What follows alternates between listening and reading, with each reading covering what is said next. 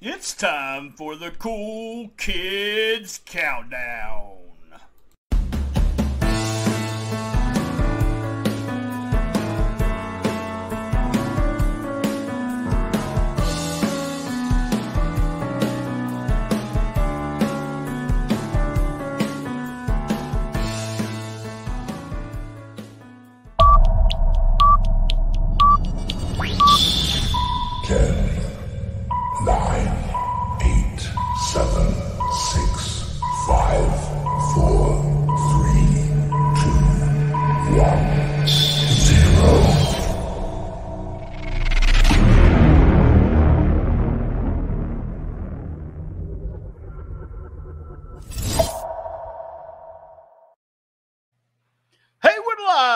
From 304 Studios in Jonesboro, Arkansas. This is a STSPOD Club production. I'm BT, and sitting over there is the one and only Lance LeVine. How the hell are you, Lance? The name reads it right there. The name That's reads right, Lance believe LeVine. it or So not, there you it go. actually says Lance LeVine, yeah. You know, I'm in the Reese's Potato Chips Big Cup Studios here in Chicago. Oh, yeah, they baby. finally came out. Those. I'm so excited. I'll be eating those for days. That'll be my I can't wait. lunch and dinner. So I found them at Walgreens. So you got to search Walgreens there. That's the first spot. All right. Sounds good, man. I've looked at them. I've seen them on Twitter. I've seen everything you said about them. I'm excited about them. We're talking about Tournament of Junk, but we do got a tournament to talk about. It is our 5th annual, dude. Yep. Five. Shocking. 5th annual Top Performers of the G1 tournament. Before we get to it, though, I want you to talk about what we've been doing the whole month. So month of October has actually been Rocktober. As you can see, if you're watching us, you can see it on the graphic down below. Let's see if Brian can point to the right direction. There it is. So it has been Rocktober. So Brian was nice enough to turn over the entire platform to me for the entire month and doing music shows. So we've done Chrissy Hine this month. We've did Nancy Wilson. What else have we had? Mammoth, the Wolfgang Van Halen. We had our special episode with Joe Feeney, podcasting legend Joe Feeney, talking about Guns N' Roses. So the theme of the month has been all 2021 releases. So it's our anti-John McAdam month. We're featuring nothing but albums from this year, with the exception of Guns N' Roses, because, I saw them this year, so that kind of counts. So it's been a fun month. We're wrapping it up. We got one last special edition coming out before the end of Rocktober. So thank you again, BT. Make sure you guys are retweeting those. If you have friends that are fans of The Pretenders or Chrissy Hynde or Guns N' Roses, retweet those for sure. You have a chance to win not only a record store t-shirt, but a copy of my book. I'll find it here somewhere. I wasn't prepared for this. Here it is. All the right notes. It's New York Times top 10 bestseller list. So be sure to retweet the episodes and you can win that. Oh, you have it. There you go. I'll have to make sure I autograph that for you the next time I'm in Jonesboro, Arkansas. I'm giving it away. So, we're going to have we're going to have a special episode. It's going to be you driving the wheel with me. So that is going to be fun. It is an album from this year. I, for some reason, don't think we're going to agree on this one. So it'll be fun because I haven't sat back and I've sat back and listened to every episode that you've done. I've edited them, had to take out things, every once in a while. And but I haven't been sitting next to you as we talk about music and everything. Mm-hmm. And I'm a huge music fan, but I couldn't write a book about it. Put it that way. I'm sure Ed will listen to that episode. He will. I hope so, Ed. Ed's listening to this one, I know. So let's go, man. Tell them what we're doing. So it is the G1 Anti Climax. So it is this year's G1 2021, G1 3-1 as it's called. So we submitted our numbers. I watched everything. I graded every single match. And then we compared notes, crunched the numbers to see who got our best performance. Stop for just a second. I want everyone to give Lance a cookie for watching every one of those matches.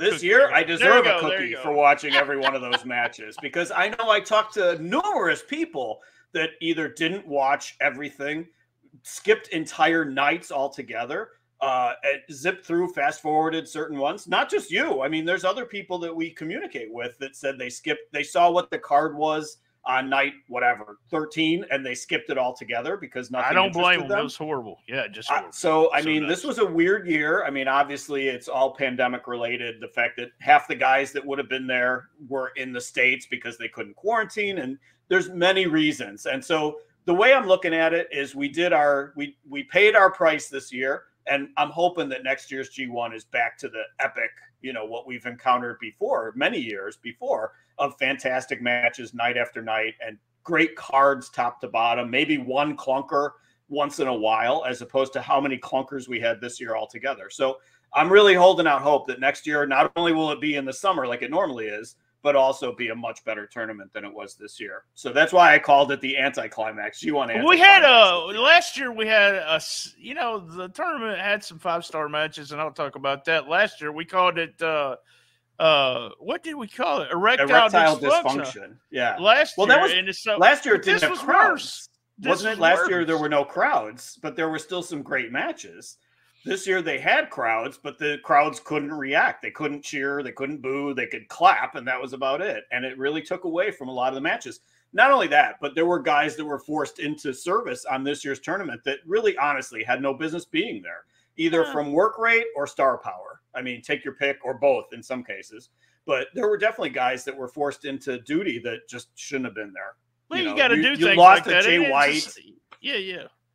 You lost Naito through the injury in the first match, but still, you lost Naito, which would have elevated things a lot. You lost Jay White, Suzuki, you lost him, so for numerous reasons, there were, like I said, there were just guys that I felt were forced into duty that shouldn't have been. Oh, sure. But as a booker, you have to do that. You got the guys that are there. You got to pick who you want to put in there. And, I think he did a good job with what he had. Like I said, I told you this right before we got started. I didn't watch the whole thing. I was one of those guys.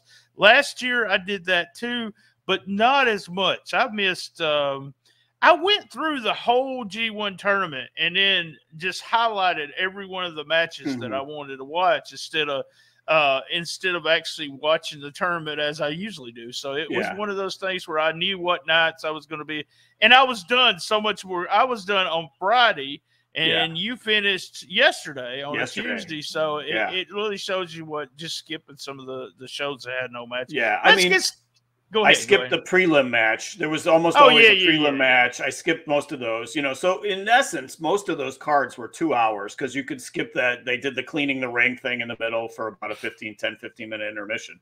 So I was able to get most of it down to 2 hours, but still, that's a lot of work to find, 19 times 2 hours, 38 hours of watching the G1. So that's why it took me an extra week to watch everything. So all right, you want to get started? Yeah, let's go, man. 10, 9, 8, 7. What comes after 7? You know your numbers. That's cool. So awesome. So, all right. So we put our numbers together, list together. We agreed on the top 7, which is pretty cool. We actually had numbers 1 and 2 in the same spot too, as far as our grades. But wildly diverse in the 3 that we disagreed on. So 8, 9, and 10 were wildly diverse. So we're going to get into a back and forth on these 3, as it were. So we start with number 10, which was my highest pick, or my next highest pick that didn't make both of our lists. So I have Tama Tonga at number 10. He was a 3.00 average for me. Honestly, I'll be the first to admit, I'm stunned I have this guy in the top 10, but he was pretty consistent. Mostly they were 2+ star matches. Okada got a 4-star match out of him. What is the good bad guy, by the way? That just threw me off. I was always confused when they would announce him as the good bad guy. Most of his matches were at least average. I thought nothing that he did totally sucked. And that's pretty much where this year's lineup had it. Nothing totally sucks for this guy. So he makes the top 10. I love the Supreme Flow, that frog splash that he does where he's like completely extended. I think that looks so cool for such a big guy. He worked hard the whole time. He just has less ability than like a Shingo or an Ishii. I mean, that's the bottom line. You're working in a promotion that has guys with so much ability. So he worked hard, but he's not as good. He upset Okada. That was an interesting match. And I enjoyed the Goto match, the last B block night, the Goto match. So I have Tama Tonga at number 10. Why do you not? He does 0 for me. Absolutely 0. I did not. I don't even want to watch one of his matches. Yeah. I did watch the Okada match, so you got to say that was the best match I watched with him. I see that he was. he has the same appeal to me as Chase Owens does to you. Will that explain it to you? Is that you cannot watch Chase Owens and say, I really like what he's doing, where I watch Chase and say, I really like what he's doing. He's working hard, and he's kind of like a hometown boy and blah, blah, blah. I just cannot. This guy does absolutely – him and Goto, and I noticed two guys that were completely off our list, both our lists, Sonata and Evil. I just cannot – I'm so sick of those guys and cannot watch them. Yeah. Now, I can watch him and his brother as a tag team. It's so weird. I can watch them as a tag team, but I cannot watch them as single wrestler. I agree and disagree with you on Chase Owens at the same time. I think he's a great worker. He is the good hand, that's what everybody always says. So, but he had no business being in the G1. So on that he did this year compared to all of the other people that was there. He did. So same thing with Tonga. He works hard. Yeah. He's just kind of a boring guy that just happened to be there, and he put out in that tournament. I just love him as a team, but I don't agree like with like I said, I'm gonna be the first to admit I was stunned when I crunched the numbers that I actually had him in my top 10. I'm like, wow, that's surprising. That's how weak the bottom half of the roster was this time. So, all right, at number 9, I'm gonna let you make your case first because this guy was way down on my list. So we have Tai Chi at number 9. I think I bought the storyline is more than anything.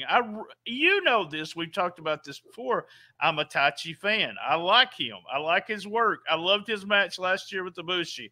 I love the whole storyline they did with him. And if you listen to the crowd, you'll be real surprised at how much cheering is going on this year compared to the other times that they were cheering for him to win.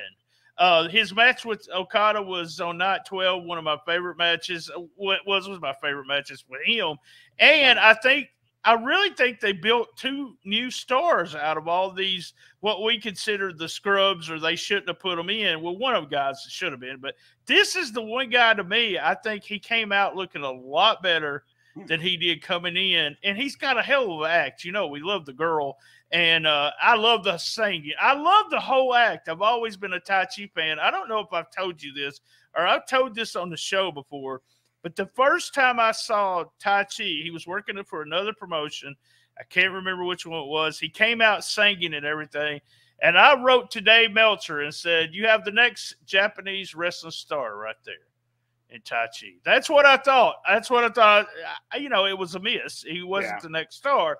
But I'm just a huge fan of his. And I think he did an excellent job. They did an excellent job him selling his ribs the last few matches that he had. I had a fun time with him this year. All right. So you had him at an average of 3.8 stars, which I could not go with. I literally ranking my guys 1 through 19 because I didn't put Naito in there, but 1 through 19, I had him at 15. I mean, he was almost at the bottom for me. As far as I'm concerned, you said we like the girl. So Miho Abe is all there is to this guy. That's all there is. So he's constantly futzing with his pants. It's always with the pants, like the whole match until he finally rips them off. The pants, when the pants are still on at 10 minutes in, I am already sleeping at that point because I know at least when those pants come off, we're getting towards the finish. So I had him with 2 So what you're saying is you like it when his pants come off. I like when the pants come off. Yes, you can quote me on that. So I'll take that as a soundbite. So. So I had him with 2 1+ star matches. The Sonata and the Owens matches were just awful. 3 1/4 was as high as I could go with him, and that was Cobb and, like you mentioned, Okada. He went 25 minutes with Sonata. Oh my God, I was sound asleep by the end of that. So I did a Google search on the word Tai Chi, and you know what came up? Larry Zbyszko. That's what came up. It's all about stalling. About the only thing that's entertaining about this guy is Miho Abe. I love when Kevin Kelly said the Greco-Roman throat hold. That had me cracking up. And I did like when Dick Togo was forcing Miho to watch when he was like strangling Tai Chi, when Evil was strangling Tai Chi and Chase Owens wanting a kiss from her. So I thought that was interesting. Poor Tana Hoshi getting stuck with him late in the tournament because, like you said, they were doing the rib story. Tana Hoshi stuck with working like a sack of potatoes at that point with Tai Chi. He couldn't do, he was exhausted by that point. He couldn't get a match out of him. So Tai Chi at number 9 because you had him so high. So, all right. So now my next pick that didn't make your list is Hiroki Goto, which we've disagreed on before. I had him at a 3.17 for the whole tournament. I say he is just very, very consistent. He's often very consistent in these things. 6 out of his 9 matches were at least 3 stars, I thought. He got 4 stars. Shockingly, Yoshihashi was a 4-star match. I never would have thought that. And you probably didn't even watch that. But I'm like, those are 2 guys that you probably couldn't give a shit about. But it was a great match. Just good chemistry. It was a really like a nonstop war between these 2 baby faces and eventually became a total slugfest. So he had a good match, really good chemistry with Tana Hoshi. That's an obvious call. I thought you could call it a Haas battle, the Goto with Jeff Cobb. I thought that was something of a Haas battle because I look at Goto as being kind of a Haas. So he dragged a great match out of Evil. He forced Evil to actually keep up with him. And I know I agree with you on most of the negative stuff about Evil, but he actually forced Evil to keep up with him. Same thing with Tonga. I thought a really good match with Goto on the last night. Like they both had something to prove on the last night because they were both obviously out of it. So I have Goto at number 8, not on your list. Not on my list. You're going to laugh when I tell you my favorite Goto match was with Taichi. I actually enjoyed that match. And another Taichi match I enjoyed was the Owens match. And mentioning Owens again, I want to mention him real quick. He did Bobby Eaton tribute pants during that night. And Cheap Trick. And the Cheap Trick awesome. Just awesome. He seemed to be having a real good time. Goto is just... He's a fart in the church for me, you know. Someone farts in the church and everybody's like, oh, that's what he is for me, just boring. But I did, you know, I got into the Taichi match, and you were right about probably the best match he had. And apparently they were summoning an old all Japan videotape when they were doing that. So they were both big fans during that time, just like I was. So it's one of those matches you could go back and watch and see both of them working really hard. So Goto is a hard worker, but he absolutely, there's nothing that makes me want to say, I want to watch that Goto match. You know, right. I mean, it never does. We did that countdown a couple of years ago of the most boring guys in wrestling. And I remember Goto was on our list, and it killed me to say that. And I'll admit that he is a boring guy. There's really nothing charismatic really about the guy, but he just always brings it. And I don't know. There's just some tough ass MF mentality about that guy that I enjoy watching his stuff. It's a guilty pleasure for sure. So I had him at number 8. He was the highest guy on my list that didn't make both of our lists. So now we get to number 7. This is where we start agreeing. And there's a little bit of diversity where we rank the guys, but at number 7, we have Ibushi. Ibushi at number 7 averaged a 3.51. I had him at number 7. You had him at number 6. So pretty close there. Obviously disappointing in the final match. Would he have won? That's my question to you. Do you think he was going to win? You don't think so? No, it wasn't going to win. It was already, Meltzer reported that it was Okada was going to win. So yeah, I didn't feel like the build was there this year like it has been in the past for him to win. So I didn't see him winning. He loses to Yujiro in the opener. And on top of it, it was a shitty match too. So he loses in the opener. So I figured that was just to establish that upsets are going to happen. But Ibushi, 4 4-star matches or better. Ishii, Okada, ZSJ, and then Shingo was his best match. I thought Shingo was the 4.5-star match. So great match with Zack Sabre, and Ibushi submitted to Sabre. That really helped. But then he goes to a 3/4-star match with Yano. He couldn't pull up Yano. Yano pulled him down. So I thought the chemistry with him and Shingo, with Ibushi and Shingo, was amazing. Amazing that it was so rough, and yet he didn't get hurt in that match. Just, you know, it was amazing that he got hurt in the final. Excellent match. So, excellent. Yeah, and then just awful chemistry with Tangaloa. So just a very sloppy match. That was the match that he really, I thought for sure, I'm cringing watching that match because I thought Ibushi was going to get hurt in that match because Tangaloa was just so sloppy in that match. So we got Ibushi at number 7. And you're gonna. This is something that you're gonna find funny. That my favorite Ibushi match is the finals. Believe it or not, it was because it was so shocking. I knew who won because I told you, oh fuck, I just got spoiled. It said Okada won the tournament. It was the whole build and the whole story. And I'm gonna tell you, Kevin Kelly. I've listened to him do cricket, you know. I mean, not crickets, not, you know, like he did last year. That one time when he had the cricket. Yeah. I'm talking about cricket as a sport because he's the best. He is the best in the business. I don't think anyone even touches him. But he told the whole story. Even when Ibushi, and I can't remember exactly what match it was, but it might have been one that you just mentioned. He was real sloppy in, and he kind of missed something. And Kelly called him out on it. He said, "Look, he's just not on top of his game. He's just not on top of it." And the whole build, here's this guy's been here this many times, blah, blah, blah. We're going into this match. It's so important. Then he does that move, and you're just, at first you're thinking, well, they're going to do the roll up, whatever. What are they going to do? And then you can tell he's in so much pain, and it's over. And I'm just, I probably had the same expression that Okada had, but, I mean, I will admit Okada's better looking, but it was one of those things where what the fuck just happened, and it was like, I felt like it was a stamp on the whole tournament. It was like, this is what this tournament was. Yep. It's been shit on. It's horrible. Let's shit on it with the finish. Okada was so professional. It was really, really good. And I don't know. I have been in the dressing room with someone that had their shoulder out of whack, okay? And they put it back in the dressing room, and the guy squealed like a little girl. Yeah. I'm talking just Ibushi was in all kinds of pain. But it was my favorite match because I'll remember that no matter what. I will remember them. Sure. And it was kind of a stamp on his. Ibushi was always top ranked every year so far. And for him to drop all the way to 7, that's what it was all about, the end of that match. Yeah, and I mean, part of that is obviously the caliber of guys that he was working with brought down his score somewhat, so that's why he dropped to 7. Great call about the final. I had that as a 4-star match. It was excellent until that happened, obviously. And then I can just imagine watching it live. I wonder if people were thinking, is this an angle? What's going on? Because for a few minutes, there was still a little bit of doubt as to what was going on.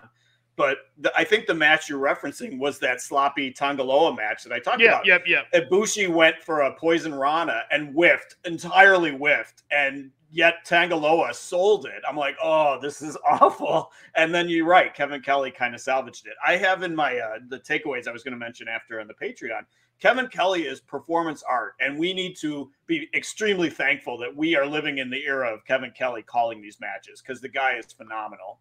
You're right. Nobody touches him. There's some good guys in, Excalibur's great. There's some other great announcers, but Kevin Kelly, head and shoulders above everybody else these days that's working. Well, and think of this. If we had Lance, what if we had a bad announcer for the G1 this year?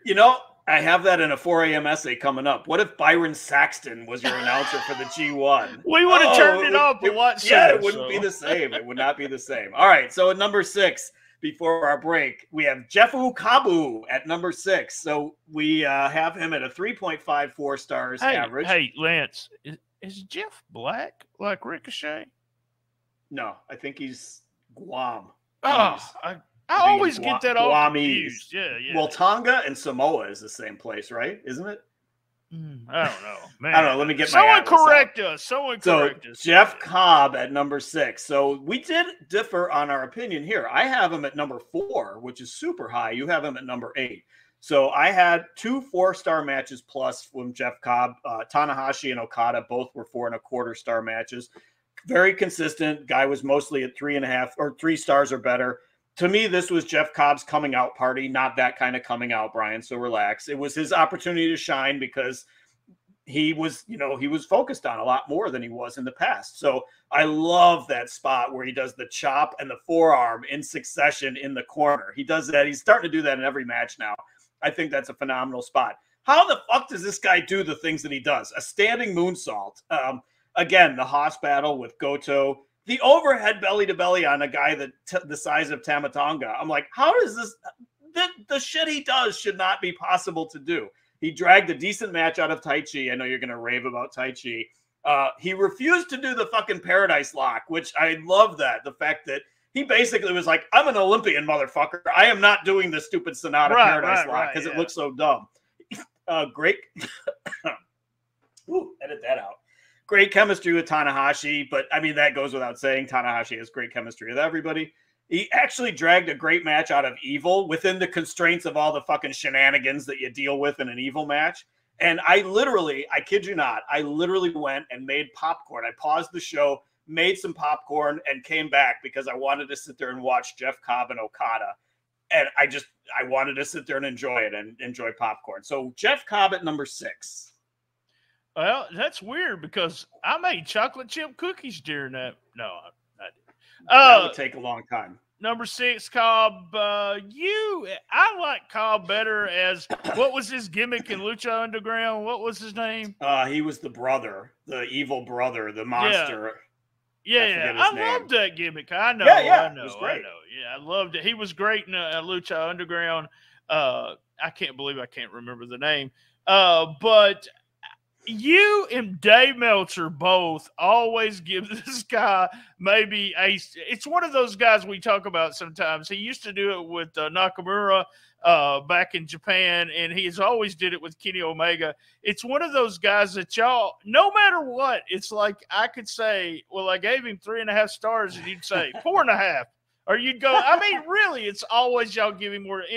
And I know it's because y'all may like this guy more. I love this guy. I really do.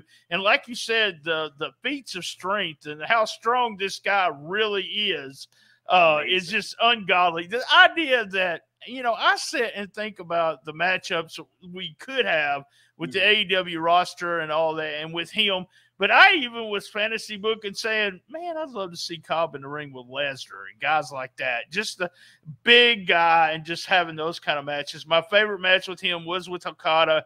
Loved that match. I think also with this tournament, if you want to think one of the positives is Okada is still there. Not that he lost anything, but he did have some injuries. But he didn't come up with, egg on his face like Ibushi has. And just doesn't look like himself anymore. So Okada Cobb was my favorite one on night 18.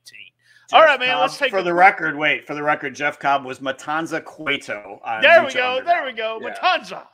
Yeah, yes. Love that. Loved the whole deal where he went through the building and everything like that. So I was a huge fan. And I remember Jeff Cobb being Meltzer talking about Cobb all the time and where was he going to sign? And then he signed with Lucha Underground, and it was like a total shock that he went there and they put the mask and everything on him. So, all right, man, we're going to go to quick commercial. Real quick one. If you're watching it live on video, just stick with us. We're going to take a pause and be right back. All right, we're right back with 5, 4, 3, 2, 1. Real quick, a shout out. What is my shout out I need to do? Right here coming up. Oh, we got what do we got? We got tons of extra stuff coming up on this show. So if you're not a Patreon member, $3. Big giveaway in November, which includes some championship wrestling from Memphis t-shirts and all kinds of stuff. We give away stuff. I even got one of those belts that Cena used to have, and some kid wrote on it Lone Wolf. You know why we're doing the giveaway in November, right? Because it's my birthday. No, it's an odd month. Oh, it is an odd month, and it is my birthday. Remember, guys, we're also giving away a T-shirt and a book. All you got to do is retweet one of the record stores, and we have the last one and the newest one coming up on Friday. All right, man, let's get started. 5, 4, 3, 2, 1. All right, at number 5, we are pretty consistent on this one. We got Tana Hoshi at number 5. 3.63 is our average match score. I had him at 5. You had him at 4. Very consistent. 7 of his 9 matches were 3.25 star or better for me. He seemed healthy this year, and that sounds really weird to say, but he seemed like he wasn't as banged up as he is going into the G1 or coming out of the G1. He seemed like, he always gives it his all. We know that. We come to expect that from Tanahashi. But I think the fact that he was healthy going in and coming out through the whole G1 this time made a huge difference. The G1 starts with him and Okada, arguably the greatest feud of our generation. That statement could be made. So sadly, he had to sell for the Paradise Lock. It just goes to show that Tanahashi is a company man. He did the honors for Chase Owens. I thought that was an entertaining match. There was the mocking of the air guitar. And you didn't think it was going to... It would never end that way. It would never end with Chase pinning him. It was a big shot. Yeah. He forced Evil to raise his game, got a decent match out of Evil. My favorite Tanahashi was the Jeff Cobb match. And again, I felt sorry for him because his last match was against Taichi. And by that point, Taichi was so beat up and so tired. It was like working with a bag of potatoes. So anyway, Tana Hoshi at number 5 for us. Here's an old saying, Lance. You're only as good as you can make your opponent look. All right? Tana Hoshi made Taichi look like $1,000,000. I want to tell you, it also was something that he put in his book that I never thought of in all my years of professional wrestling until I read excerpts in English from his book. Was he talked about, especially Japanese wrestling, it's not all about the moves all the time. It's what you do in between the moves. Mm-hmm. So he is the master at that. Just the master. Go back and watch the Owens match. Go back and watch the Taichi match. What happens in between move, that space before you do the next move? I tell you somebody else really good at that, and that's Bryan Danielson. Just standing there. You're standing there waiting for what are you going to be doing? My favorite match and one of the highest rated matches of the tournament for me when it comes to him was Okada. And to me, it was part of the just saying these two guys are two of the best guys that I will ever see wrestling. I'm a Kurt Angle fan till the end. Say he was the best I ever watched was Kurt Angle. But these two guys are up there. Really just when they step in the ring, it's I think part of it is just the fan part. You don't really think about how good the match is going to be. You're just enjoying it. And believe it or not, this was one of the almost 5-star matches I had. In this tournament, I had 0 5-star matches. And that's the first time in all 5 years that has happened. And not to veer too far off of that, I only had 1, and it wasn't this match. Ironically, it wasn't that match. So we'll talk about it. But so, yeah, I mean, just a very different year, different G1 for us this year. So, all right, at number 4, and this will dispute your theory about me and Jeff Cobb and my man crush on Jeff Cobb. So at number 4, we have Ishii.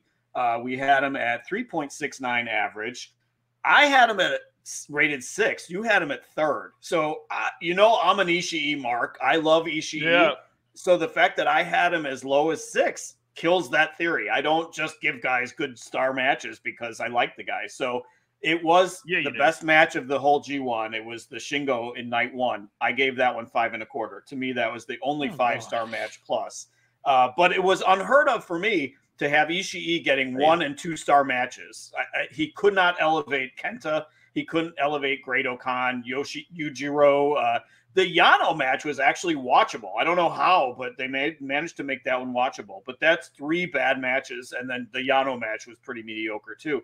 A great war of attrition match with Shingo, but his tournament just ran out of gas, and I think it was based on the fact that he had bad opponents throughout half the block. So he got a good match out of Tangaloa. Somehow Tangaloa kept up with him.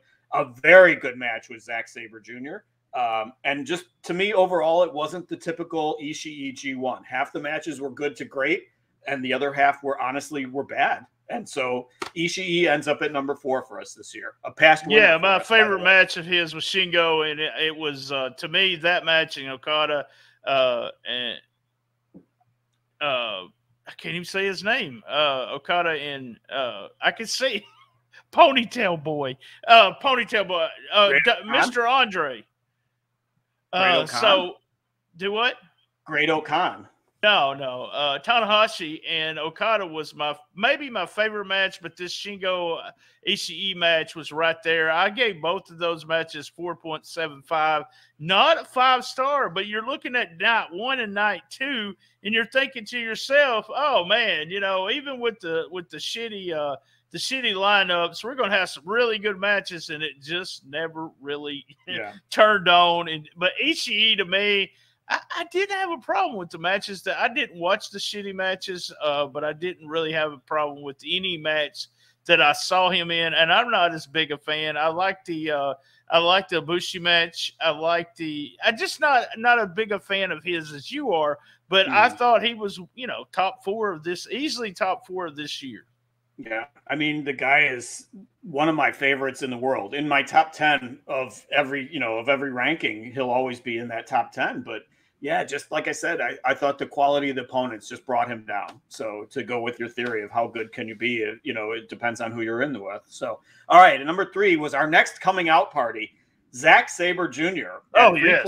3.71 between us. I had him at 3. I had him really high. You had him at 5. His star was made in this G1. His star was made. So I had him with 5 4-star or better matches. Sadly, a 1-star match, the Yano match, that pulled down his grade overall. He opened with Naito, which was a great match. It was Naito's, obviously, his only match. His best match for me was the Shingo match, 4 3/4, and he got the tap out win over the champion. So obviously that's leading to something. Awesome. Also submitted Ibushi in another 4-star match. Just a great chemistry between Zack Sabre and Ibushi. He dragged a good one out of Great-O-Khan. Great-O-Khan had two decent matches the whole time, and Zack Sabre was one of them. I'm watching just audibly. I'm groaning during the Zack Sabre and Ishii match, just groaning from so many spots that I thought were going to kill one or the other. There was one spot I wanted to ask you about. There was a point where Yujiro bites Zack Sabre's boot, and Zack sells it. And I thought, that's just fucking stupid. Why are you selling that? He's biting your shoe. You're selling that. It's just so dumb. But anyway, I love the mouthy asshole Zack Sabre character. I thought it was phenomenal. And I was super happy to see his emergence in this year's G1. So ZSJ at number 3 for us. And you know, I'm the biggest critic of this guy, mainly because I always say the guy across the street weighs more than he does. But hey, guess what? The guy across the street don't weigh as much as him anymore. Well, the guy across the street got really fat, but no. He gained a bunch of weight in the right spots. And we kid about, there's a joke between me and you about how tall is blah, blah, blah. Jungle Boy. And he has the height and the weight now, and he is such a prick. He is such an asshole that all you can do is think of not only what is he going to do or what are the dream matches. One, he came out, did the interview, most of it in Japanese after the match, after he went backstage, and then he kind of challenges Bryan Danielson, and he's just a real prick about everything. I absolutely loved it, and the attitude and the whole. It's his accent too. He's such a prick, and then he's from the UK and he has this thick British accent, and you're like, the guy's good looking, and not that I look anywhere, but I will bet money he's loaded, if you know what I mean. He's loaded. And then he's tall, he's good looking, he's got everything. He's gonna be he's a star now, but I really think you said coming out party. I think you got excited. He's right there. I got excited. Brian's swiping right on Zack Sabre Jr. Ishii too was my favorite match. I could watch these guys wrestle against each other 10 more times. So. Just such a good asshole heel. I just thought, so good. And I have not. I mean, maybe he's been doing that mouthing off in the ring shit we just for a while been now. Watched, just hadn't caught it. But man, I mean, New Japan has been such a cold product for me for a long time now that I haven't seen as much of it, and so I haven't seen that. But man, do I love the mouthy schmuck asshole heel of Zack Sabre. I think British heel too. He's a British guy too. He's just, he's better than we are. So I know what you're talking about, but the weight too, because he looks more credible. I know what you used to criticize before is you used to say that he looked like a beach volleyball player or something. Yeah. He was tall and thin, muscular, and lanky. Right. And lanky, now he put on a few pounds and he actually looks more credible. So I agree. Just the total package this year. I really enjoyed Zack's performance in the G1. So, all right, number 1 and 2, we agreed on both spots. So number 2 is Okada. We have him at a 3.97. We both had him at number 2. Mr. Consistency. Every match was 3 or 4 stars or better. I love the Rainmaker pin on Sonata with 45 seconds left to go. I thought that was brilliant booking. The Paradise Lock, the fact that he had to sell the Paradise Lock was awful. I hate that. So he worked his ass off. He carried Tai Chi to a watchable match. I will give you that, a watchable match. Chase Owens and Okada, I know you're going to get on me, but they are both good hands in the sense that they both make their opponent shine. Like anybody that you put in there with Okada, the guy is going to look great working with Okada. And Chase Owens is that good too. And he sells good. That is the best way of putting it. He sells very, very good. Yes, I'm a fan of Chase Owens, so don't get me wrong. I'm a fan of his. I just don't think that his character and his level in the promotion warranted him being in the G1. But guy is a good worker. And like I said, for me to say Okada is a good hand is, I'm sure, going to be controversial to some people, but he just makes people look, he's so smooth. He makes people look so good. So just great selling with Cobb. That was another thing. The very weak kickouts. When Cobb would do a power move, and this is really, getting into the minutia of it, but Cobb would do a power move and kick his ass, and Okada would kick out, but it was like such a weak kick out. It was just such a little touch, but it looked like he was just dying. So guy has just been so good for so long now, and it looks like we're going towards Shingo and Okada at Wrestle Kingdom. So Okada at number 2, a worthy number 2. Tana Hoshi, Okada, night 2, one of my favorite matches. The finals I already talked about, and I talked about the Tai Chi match on night 12 that I liked. I think those two guys, and I looked at this as more of the coming out party with Tai Chi more than Cobb, because I think Cobb had established himself. The match with Okada and Cobb was real good too. And because I hadn't been watching it, we do know, we listen to Kevin Kelly, that Cobb has beat Okada. So that's one of those things where you say, man, that just, Okada wins the belt, we'll get another match with Cobb and Okada down the line. That's what I'm looking at. But just Okada, you said something about good hand, and it's one of those guys that, and I seen this in one of the groups, and I know this is going to surprise you. It was the Cult of Cornette group who said they can't see anything special about Okada. Okay, so here's this. Let me finish before you say them dickheads. But I remember something, and I want to say something. Nothing special. If that's not a damn good looking guy, if he wasn't even able to wrestle, he's still damn good looking. But I remember watching some of the very first Bruiser Brody stuff that I watched. And I went back to my buddy, Rick Davies, and I said, what's the big deal about Bruiser Brody? I know I told you this story at All In, I think. I said, what's the big deal? He says, go back and watch 3 more matches of the same ones you just watched and try to find some mistakes. He's flawless. Right. So I went back, I watched the matches, and then I was a huge Brody fan because being such a big guy, this guy made it look real, and he was flawless. And when I watch Okada, that's what, when someone says, well, there's nothing special about it. Well, you're not seeing it. He's making everybody else look good. He's not messing up a thing, not one thing. Look at those matches he had with Omega. We know it had a lot to do with Okada and Omega both, but he still is the man to me. Yeah. And I want to tell you the things I think about Shingo, but go ahead. He is the man. So the Okada, like we always argue about Randy Orton, like, just a flawless worker. And I think Randy Orton is so boring, but it's that same kind of thing. It is. I'm sure there's people that think that he's boring. And I'm not going to call the Cult of Cornette people dickheads, but what I do think is that they're clinging to the past and they can't let themselves like somebody that's working today, that's doing excellent work today. Like in our lifetime, some of the best work we've ever seen is coming from Okada. So, all right, at number 1, you kind of already spoiled it, but it's Shingo at number 1. Why do we call him Shingo? We never call him Takagi. It's always I don't know. I call him Shingo all the time when you're on the phone with him. Yeah. So all right. I said no. I call him Go. You call him Shin because I'm an insider. An insider. That's right. Yeah. Go. So, what's up, Go? So we had him at 4.08 between us. So we both had him at number 1. Dude had a stellar first half of the tournament. 4+ stars for the first 4 matches in a row were 4 stars or better. Then, of course, he hits Yano at 1.25 stars for me. So he starts with an amazing Ishii match at 5.14 or 5.25 stars. 4 more great matches. The Zack Sabre, the Kenta match was really good. Really Ibushi good. Really and good. Tangaloa out of left field. The Tangaloa match. Shingo was okay, but I go with those 4 you said. That was my favorite. I put all 4 of them down. It was 4 of the favorite matches. So a motivated Kenta can be good, and he motivated Kenta to work a good match with him. So it can be done. Kenta can also, he's very inconsistent. So fortunately, Shingo and Ibushi did not get hurt in that match because there were so many spots in that match that I was afraid. The Yano match was so stupid with the fucking black hoods and the bags over their heads and stuff. But he brought the best out of Tangaloa, which was shockingly good. I was stunned at how good that match was. He went 25 minutes with Great Khan. That was a head shaker. That never should have gone so long.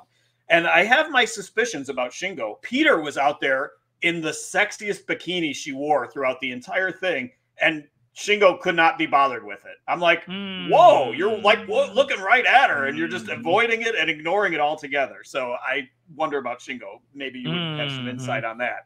So he just had a great G1 despite 4 really weak guys in his bracket. Shingo at number 1 for us both.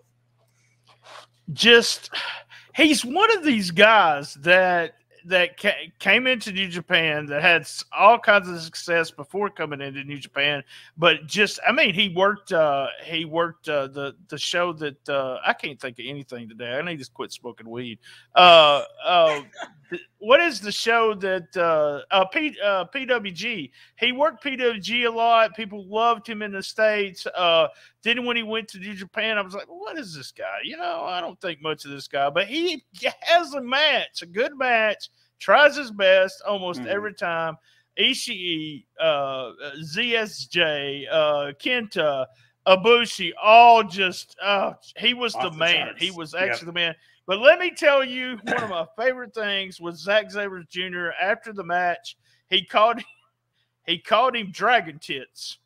So that to me, Shingo, I kid him when I said, "Go, you still Dragon Tits, right?" But just it's the combination of all the moves he has too. And Kevin Kelly to me has been able, since Shingo came into New Japan, has been able to write his story for him. And with Kevin writing the story for Shingo, he's even made him more important. He'll even say stuff like, you remember this last year for sure, Shingo had success in this building. He won a title from another promotion in this building. What? What's he talking? It's that deep. It is absolutely that deep when it comes to Shingo. Great story. You want him to win. Him and Okada. I'll just start at 5 stars, and I'll just give it 5 stars already for the Dome show, and then we'll go. We'll take stuff off if we have to. So that's the way I feel about that match. Looking forward to that. All right, man. Say bad time, say bad channel, guys. Stay tuned, Patreons. We got a bunch of stuff on Patreon. We're going to talk more about Dragon Tits. I want to ask Lance some more about Dragon Tits. A whole bunch of other stuff. Say bad time, say bad channel on the best little wrestling podcast in the business. Be there. And as everyone knows, I love my mama. And on the Patreon, I'll be the less weaselly Chris Charlton, and I'll have all kinds of good stats. So sign up for our Patreon. And don't forget, I have fun everywhere I go. All right.